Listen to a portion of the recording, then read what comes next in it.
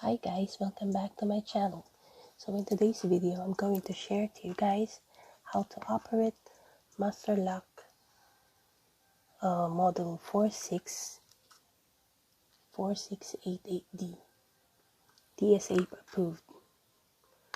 Okay, so here it goes. It's pre-set up at 000 combinations. So what we will do, the first time you open it, to drag this part here, okay, drag to the right and pull to release the cable.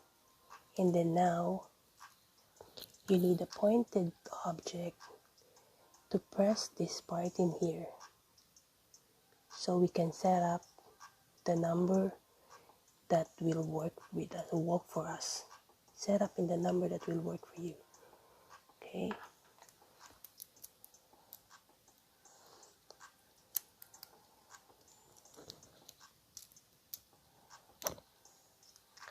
So in this case, I'm gonna choose 1, 2, 1.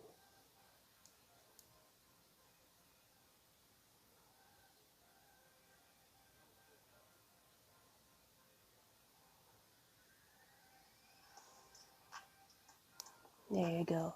So make sure the chosen number, the number that you trying to set up, is pointed at those white dots.